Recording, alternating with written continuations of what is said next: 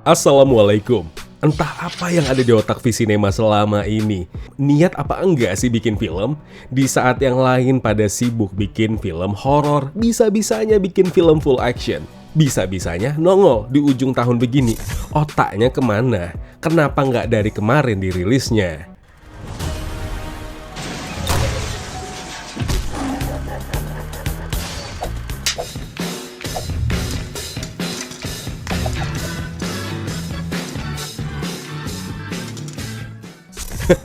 Ya begitulah yang terbesit di awal. Film yang dari menit pertama sudah disuguhkan sequence aksi yang jor-joran. Aksi tembak-tembakan yang mungkin hanya bisa kita nikmati di beberapa film saja sepanjang tahun ini. Ya hitung aja lah, film action lokal emang ada banyak selama tahun 2023 ini. Ya enggak kan?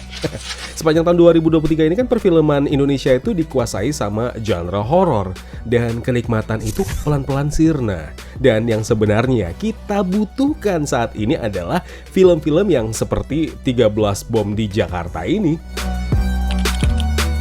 Hingar-bingar kota Jakarta cuma kenikmatan sesaat dan berakhir kelam sejak sekumpulan teroris melancarkan serangan demi serangan brutalnya. Ancaman 13 bom sudah tersebar di penjuru Jakarta dan bersiap untuk diledakkan satu persatu setiap 8 jamnya. Badan Intelijen dan Agen Rahasia atau dalam bahasa Inggrisnya ICTA, Indonesia Counter-Terrorism Agency, mendapatkan sebuah perusahaan pedagang aset kripto bernama Indodax yang dicurigai punya andil atas serangan teroris tersebut.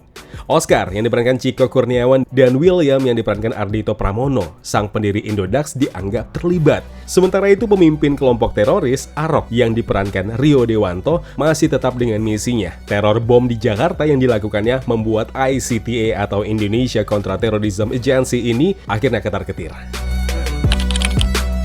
Gak ada karya yang betul-betul sempurna, gak ada. 13 bom di Jakarta pun demikian. Film yang berdurasi 2 jam setengah, beneran 2 jam setengah.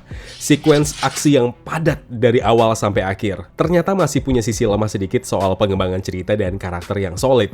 Ya dicatat ya teman-teman, bukan jelek. Semua aktor, semua peran, semuanya bagus. Cuma emang, nyawa lain dari sebuah film aksi ya bukan cuma adegan tembak-tembakan atau darah di mana-mana doang. Tapi juga harus ada chemistry yang kokoh dan ngelebur tuh antara si pelakon dan ceritanya tersebut. Kemudian soal plot twist yang mungkin terkesan subjektif ya, tapi menurut pendapat hematku, momen terungkapnya kurang pas. Tapi ini mungkin cuma aku doang yang merasa demikian. Soalnya di studio tempat aku nonton kemarin, dan kebetulan terisi lebih dari 60% kursi, mereka pada shock. Tanpa mengurangi rasa hormat untuk semua pendiri rumah produksi film, sutradara kenamaan yang menganggap film Indonesia seharusnya diisi film horor dan harus horor. Ibarat genre horor adalah harga pas dan gak bisa ditawar karena penikmatnya begitu banyak. Hey, punten, salah. 13 bom di Jakarta jadi bukti kalau penonton Indonesia merindukan film-film seperti ini. Dan terima kasih Visinema sudah menghadirkan film yang harusnya dinobatkan sebagai film lokal aksi terbaik tahun 2023 ini. Karena emang gak ada pesaingnya. Mas Angga Dwi Mas Sasongko, sepertinya kapan-kapan kita harus bertemu dan salim deh. Dari semua rumah produksi yang saya ikuti perkembangannya, kayaknya baru Visinema ini yang rasanya bisa memberikan warna yang berbeda dari setiap karya yang dirilis mereka. 13 bom di Jakarta dibuat dengan hati, itu sangat terasa. Di balik kekurangan kecil ataupun besar menurut kalian yang mungkin disadari penontonnya ataupun tidak, film ini sukses membuat decap kagum kami di kursi penonton. Level aksi yang nggak setengah-setengah. Ya balik lagi ya, masalah ledakan bom yang mungkin kurang menggelegar atau dramatis, itu balik ke selera masing-masing. Kemudian soal keterampilan mengemas teror ini yang akan terasa mendebarkan bagi banyak penikmatnya. Dan yang tak lupa adalah jajaran cast yang menjanjikan. Dari yang punya nama besar dan kualitas yang nggak perlu dipertanyakan, sampai aktor yang dirasa masih baru banget di ranah perfilman, tapi mulai terlihat ada perkembangan yang masif. Dua-dua dikosong.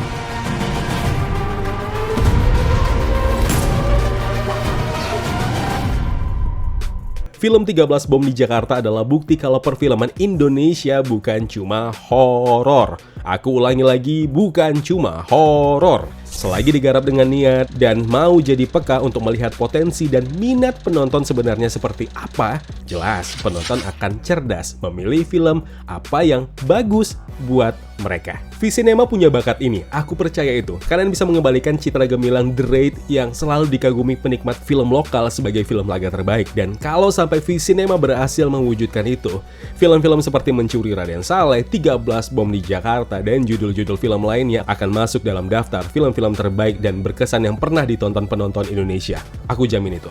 Good job and thank you. 13 Bom di Jakarta, bangsat. Wassalamualaikum.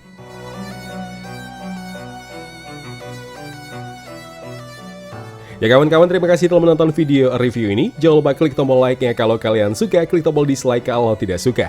Klik juga tombol subscribe dan bel notifikasinya, biar nggak ketinggalan review film terupdate lainnya. Kalau gitu aku Zain pamit undur diri, terima kasih, jaga kesehatan, tetap positif, dan jangan lupa bahagia.